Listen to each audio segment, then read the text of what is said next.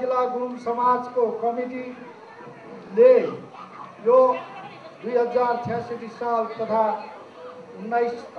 2010 को लोसार प्रोग्राम गरेको थियौँ र सम्पूर्ण उपस्थित भइदिनु भयो। त्यसमा तपाईहरुलाई हाम्रो समाजदेखि धेरै धेरै धन्यवाद दिन चाहन्छु। साथै पान्बो औलसरका दिदीबहिनीहरूले हाम्रो यो लोसारको कार्यक्रममा रोटीको प्रोग्राम गरेर रोटी पकाएर सम्पूर्ण महानुभावहरूलाई खुसीको चाड मनाउनलाई बन्दोबस्त गरिदिनु भएकोमा उहाँहरूलाई पनि हाम्रो कमिटीदेखि धेरै धेरै धन्यवाद दिन चाहन्छु। सबैलाई यो वर्षभरि सुख शान्ति होस् भन्ने कामना गर्दै म आजलाई यही बिदा हुन चाहन्छु। फेरि आउने अर्को वर्ष यसरी नै हामीले लोसार मनाउँदै जानेछौँ। त्यसको लागि सम्पूर्ण दाजुभाइ दिदीबहिनी बुवामुवाहरूलाई उपस्थित भइदिनु होला भन्ने अनुरोध गर्दै जय गोर्खा गुरुङ समाज। धन्यवाद।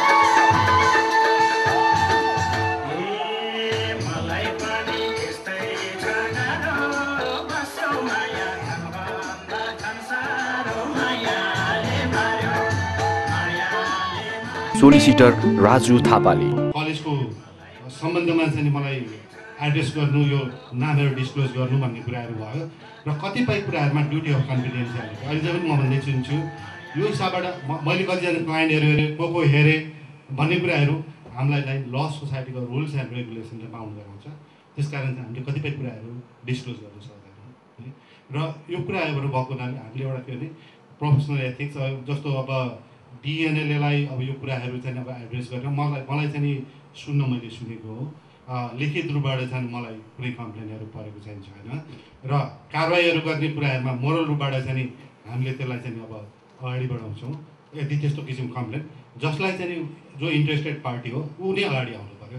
हामीले सुनेको भरमा चाहिँ फलानले यसो गर्यो फलानले उसो गर्यो भन्नुभन्दा पनि इन्ट्रेस्टेड पार्टी चाहिँ आएर भन्दाखेरि चाहिँ राम्रो हुन्छ। अर्को कुरा जस्तो स्टुडेन्टको समस्याहरूमा अब मैले एउटा फर्मेटहरू तयार गर्न लागेको छु। भक्तजीबाट पनि चाहिँ क्वेसनहरू मलाई पठाउने कुराहरू भएको चाहिँ छ।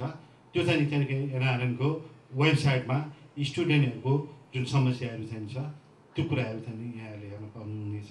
र अहिले स्टुडेन्टहरूको इस्युको बारेमा मैले यो नेपालीसमाजयुके.com को वेबसाइटमा पनि मैले राखेको छु। त्यहाँ पनि गएर चाहिँ यहाँहरूले हेर्न सक्नुहुनेछ।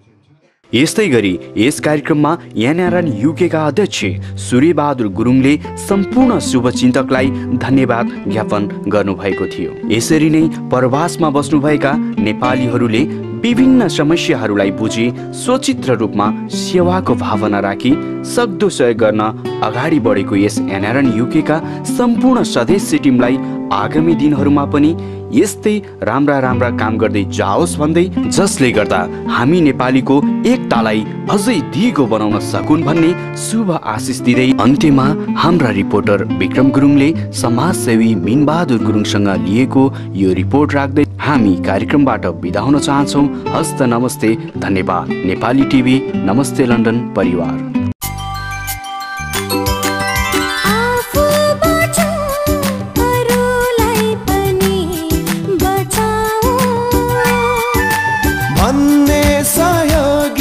हातहरूको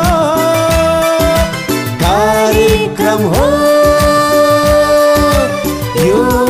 नमस्ते लन्डन, नमस्ते लन्डन, नमस्ते लन्डन।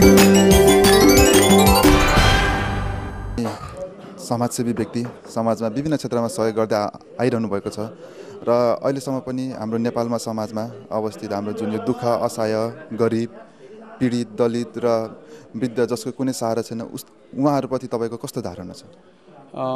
यो जुन चाहिँ वृद्ध आमाबाबाहरूलाई जुन सहयोग गर्ने जुन चाहिँ पैसा मात्रै सबै कुरा होइन गर्दा हामीले जुन तपाईँहरूले यहाँ गरिराख्नु भएको छ डोनेसन उठाएर जुन कार्यक्रम गरेर जुन उठेको रकम तपाईँहरूले नेपालमा वृद्ध आमाबाबालाई जुन उहाँहरूलाई दिनुभएको छ, हामी सब नेपालीले यसको सहयोगको लागि चाहिँ एकदम सबैले गर्न जरुरी छ जस्तो मलाई लाग्छ।